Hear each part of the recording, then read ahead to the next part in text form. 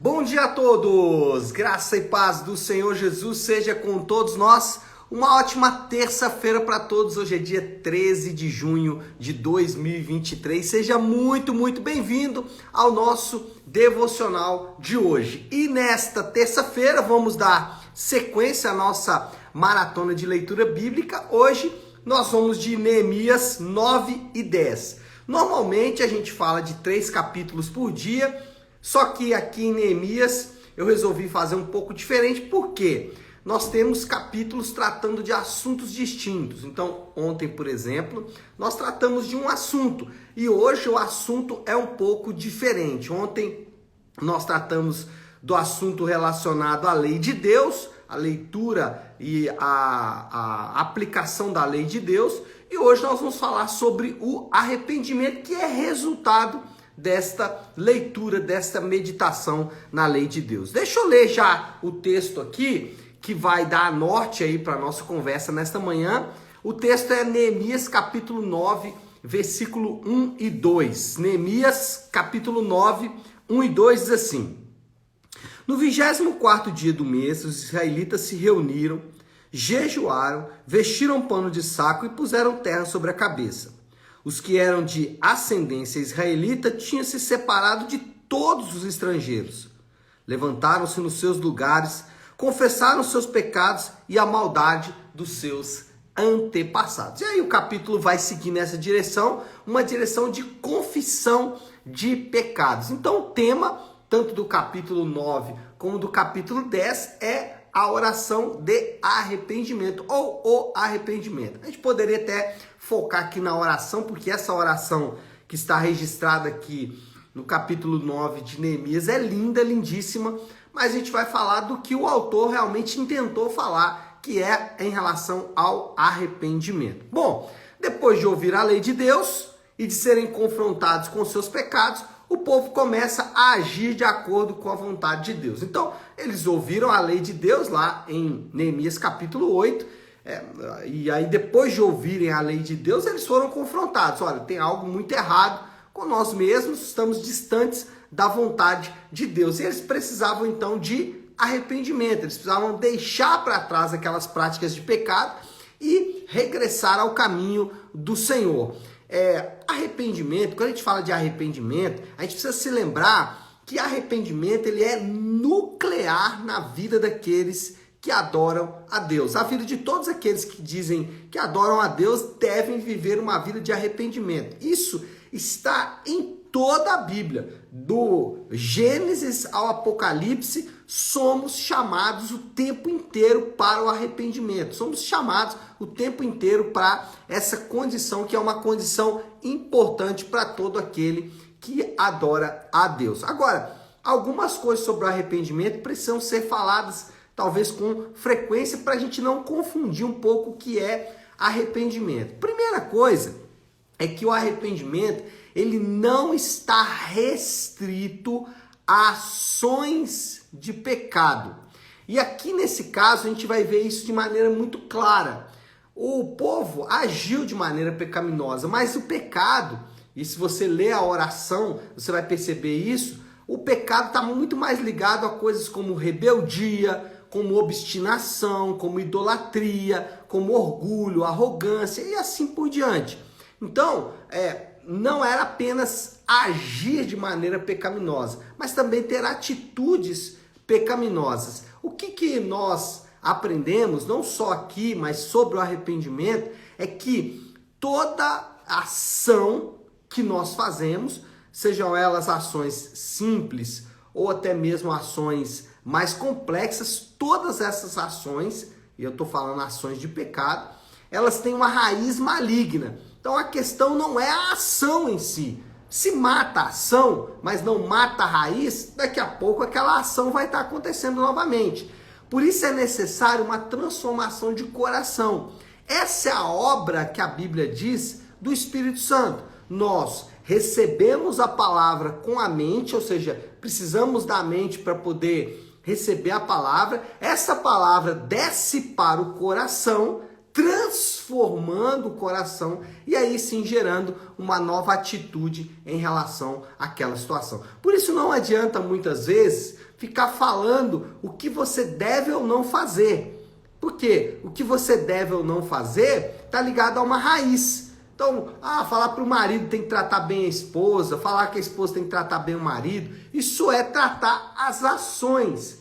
Mas o que precisamos tratar são os amores, são as coisas que nós amamos. Então, o pecado, ele é o grande problema do homem, por quê? Porque ele está enraizado no coração. E aí, como manter uma vida espiritual constante? Bom, manter uma vida espiritual constante, precisamos sondar sempre o nosso coração.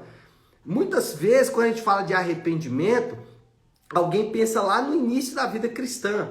Lá quando a pessoa começou, não, eu já arrependi dos meus pecados, acabou, não preciso mais me preocupar com isso. Mas a Bíblia, ela não ensina isso. A Bíblia diz que nós temos que estar o tempo inteiro vigilantes, perseverando. Por quê?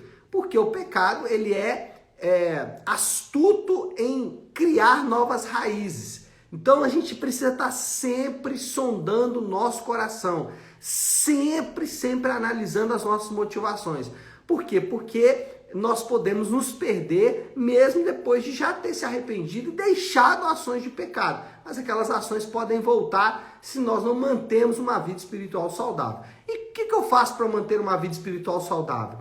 3 coisas para uma vida espiritual saudável. Primeiro, uma vida de oração, uma vida que envolve levar em oração tudo aquilo que nós fazemos. Segundo, uma vida de comunhão com a igreja local, né? Ou seja, participar da sua igreja local. Por quê? Por que participar da igreja local tem a ver com crescimento na vida saudável, tem a ver com as raízes de pecado? Porque você vai ver testemunhos de pessoas dizendo exatamente que venceram áreas de pecado que para você talvez não é tão importante. Então você vê lá alguém falando, nossa, eu amava o dinheiro, e aí você fala, mas como assim você amava o dinheiro? Aí a pessoa começa a contar a experiência dela, você fala, mas espera aí, eu faço a mesma coisa.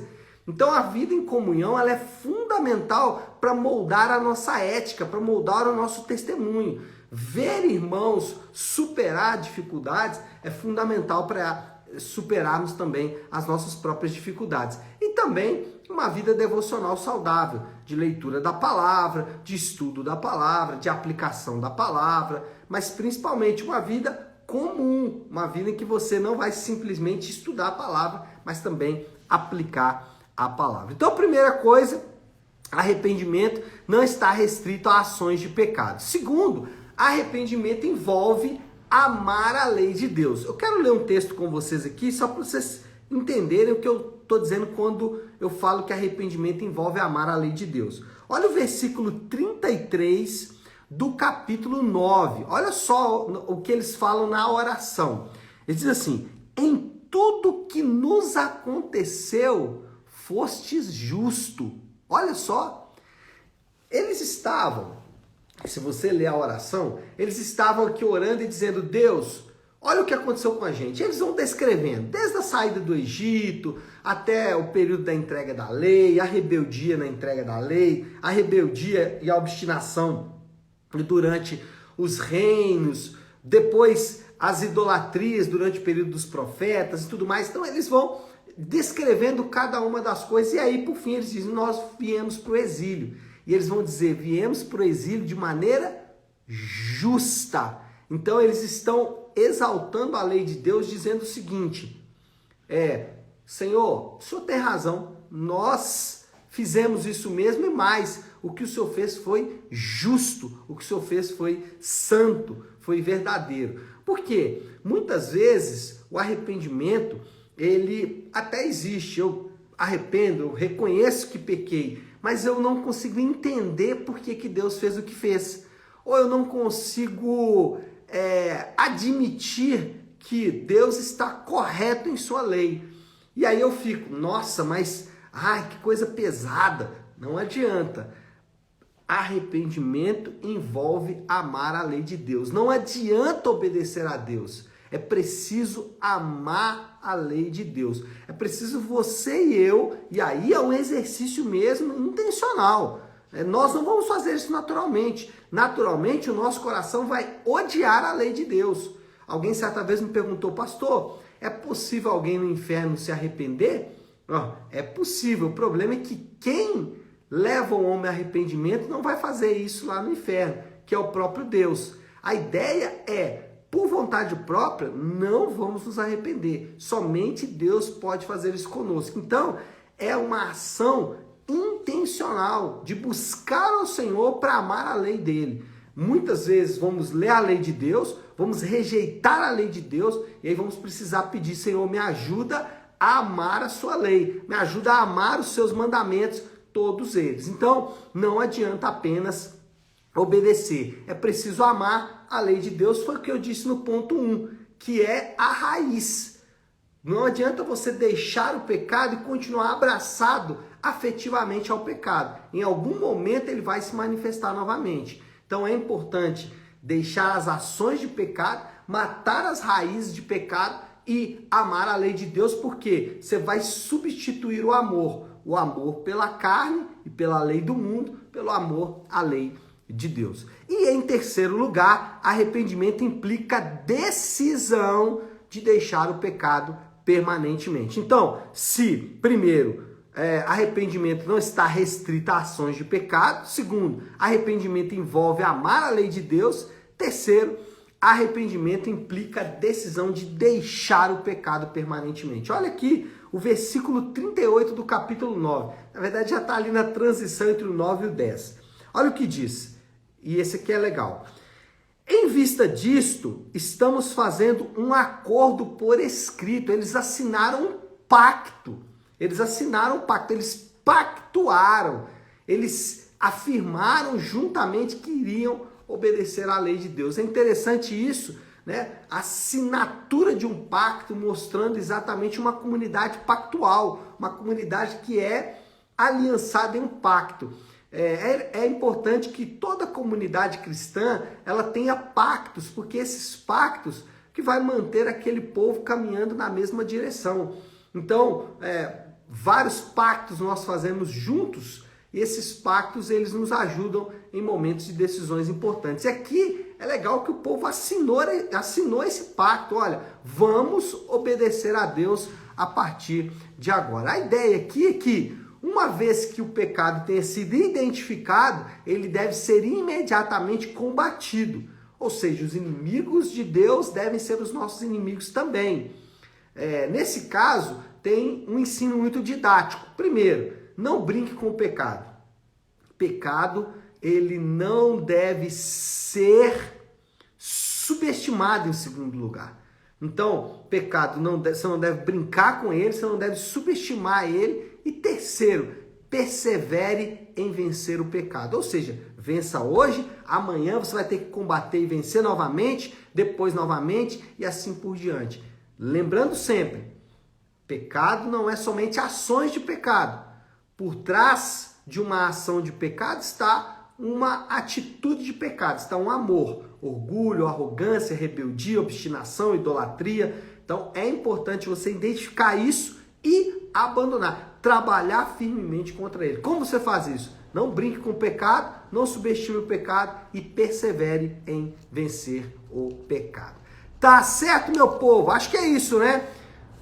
Qual é a moral da história aí, já pra gente ir resumindo e depois propor uma aplicação? Moral da história, eu acho que vai na direção da seguinte: o arrependimento é o primeiro passo em direção a uma vida espiritual saudável e um relacionamento intenso com Deus. Arrependimento é o primeiro passo aí para se cultivar essa vida espiritual saudável e esse relacionamento com Deus vívido e verdadeiro. E qual é o desafio do Léo? Cultive uma vida espiritual saudável. Falei sobre isso. Como manter o arrependimento ou como manter-se sempre arrependido e com o coração contrito?